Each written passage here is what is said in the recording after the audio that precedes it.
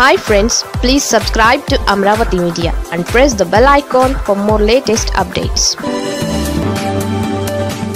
కాదంబరి జత్వానీ కేసులో ఏపీ సర్కార్కు high court big shock.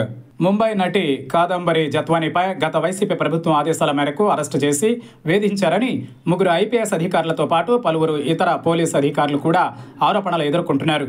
ముంబైలో ఓ పారిశ్రామికవేత్తపై ఆమె పెట్టిన రేప్ కేసును వెనక్కి తీసుకునేలా ఆమెను ఒప్పించేందుకు ఈ వేధింపుల ఎపిసోడ్ చేపట్టారన్న చర్చ జరుగుతోంది.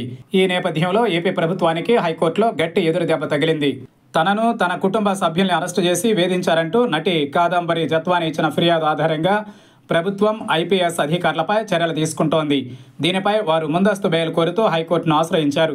ఐపీఎస్ అధికారులు విశాల్ గున్ని, కాంతి రాణా టాటాతో పాటు ఏసీపీ హనుమంతరావు, సిఐ సత్యనారాయణ హైకోర్టులో పిటిషన్లు దాఖలు చేశారు. వీటిపై విచారణ జరిపిన హైకోర్టు వీరిపై తదుపరి చర్యలు తీసుకోకుండా ఆదేశాలు ఇచ్చింది.